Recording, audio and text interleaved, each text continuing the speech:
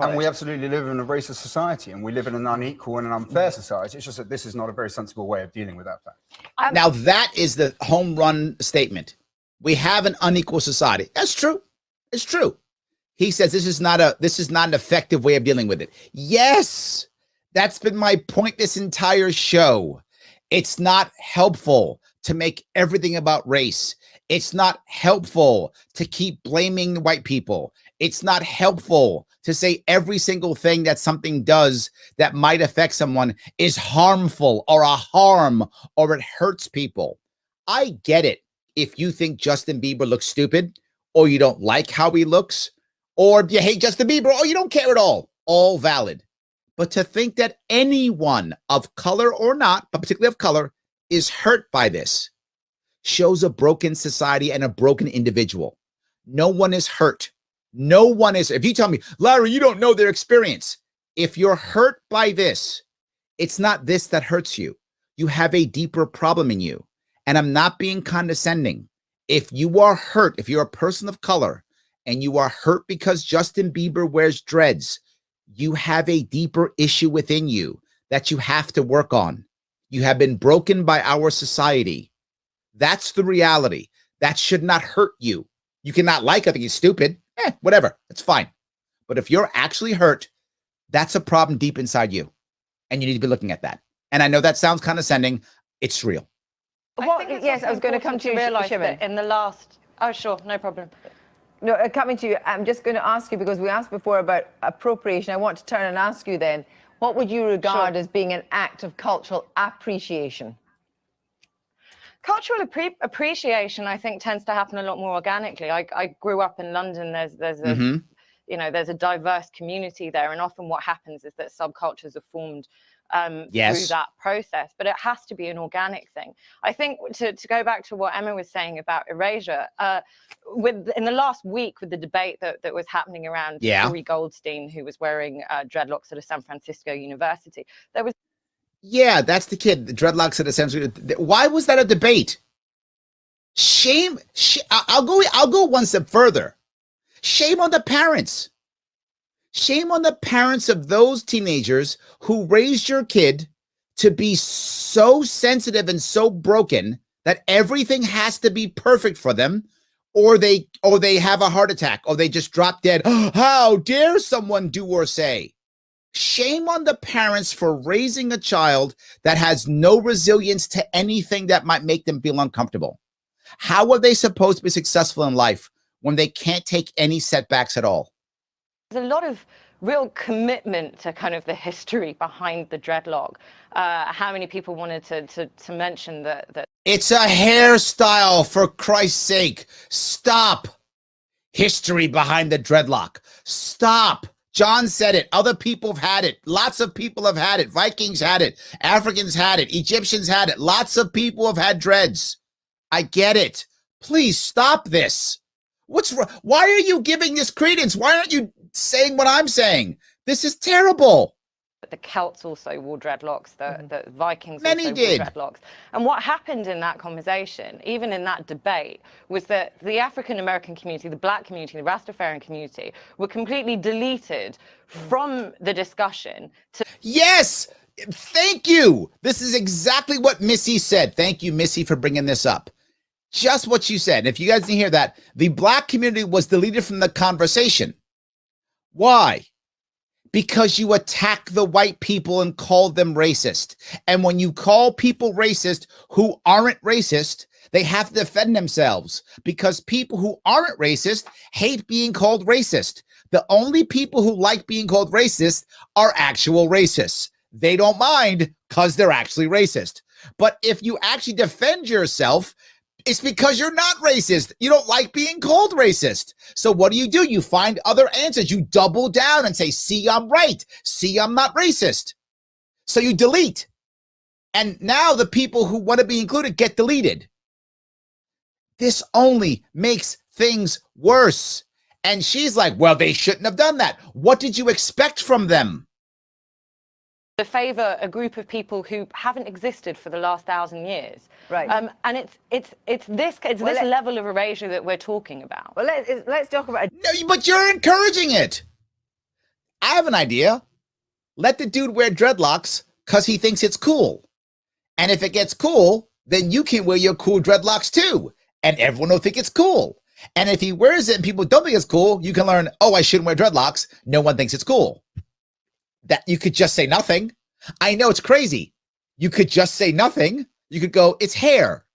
And if you don't like his hair, again, if you think he looks dumb or whatever, you can just say that. You don't have to make some kid. And here's the odd part.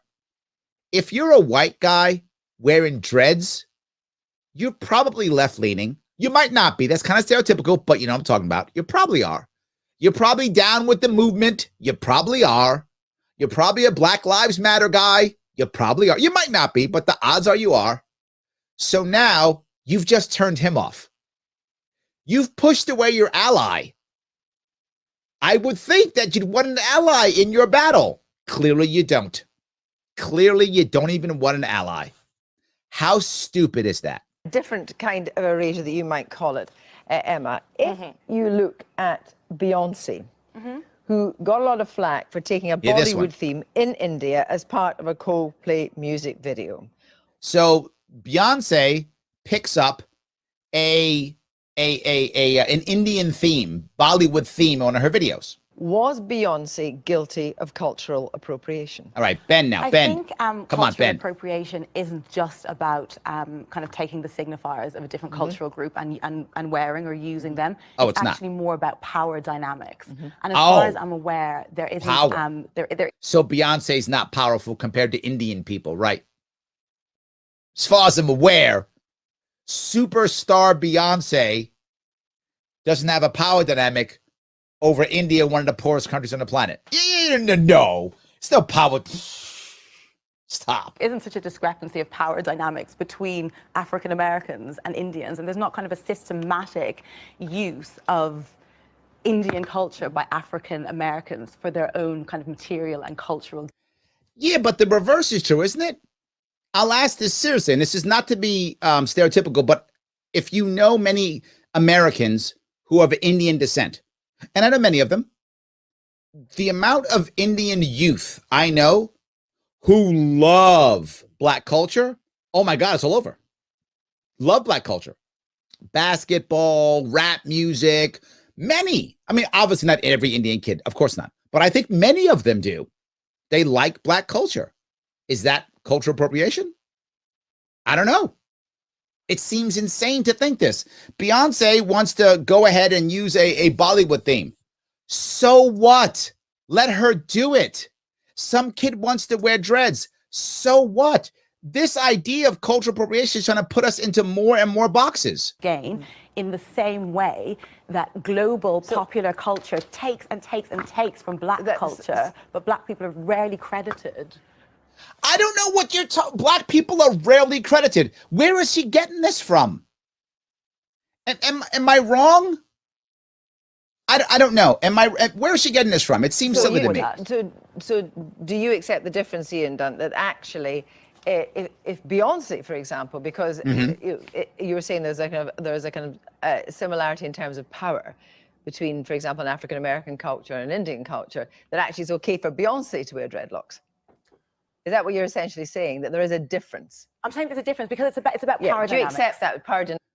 Yeah. Look. I'm gonna be done with this. The issue I'm trying to get at here is there are certain aspects that are real, right? When there are power dynamics, that does happen, but I'm not seeing that hardly at all now. I mean, again, guys, if you think I'm wrong, please show me that I'm off here.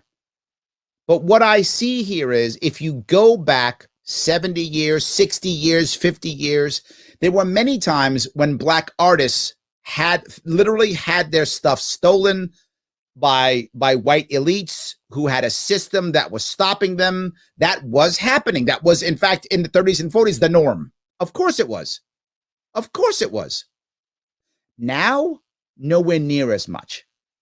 Many more Black artists, many more female artists, many more artists who are in what we would call a marginalized group are moving to the top faster than ever. In fact, even those in power, and still at the highest power, many of them, particularly financiers, many are still white males. Not all, but many are. There was a time when it was only white males. That is no longer true either. There are now more female and people of color who are in the financial space making tons of money. Absolutely. And who are financiers. Absolutely true. It is happening more and more. That's a power dynamic. And I think the blatant, clear black and whiteness of that is in today's world gone. If anything, it's cultural, not cultural, classist, if anything. And even that's not 100% true. But maybe you could go to maybe classist if you wanted to stretch it. But it really isn't that racist at all when it comes to culture much at all anymore. In fact, who else is setting culture? Not only is culture being set by artists, but culture is also being set by academia. And if you've looked at academia, man, it's a whole lot more female than it's ever been.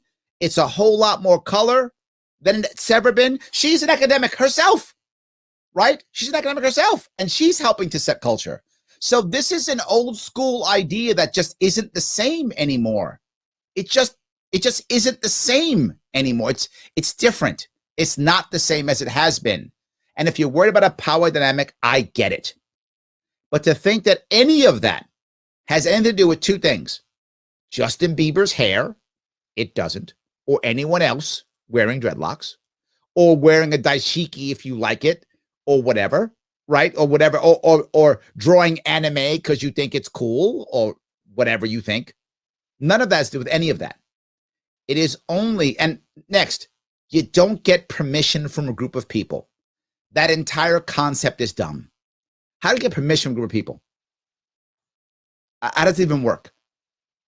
All I want to do is make sure that what we're doing to the best of our ability is allowing individuals to grow to the best of their ability and not having systems that keep individuals down. How does the Black community grow? By having individual Black people become powerful. How do women grow? By having individual women become powerful, etc., etc., etc.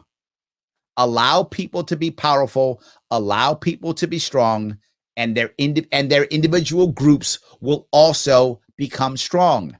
That's how it works.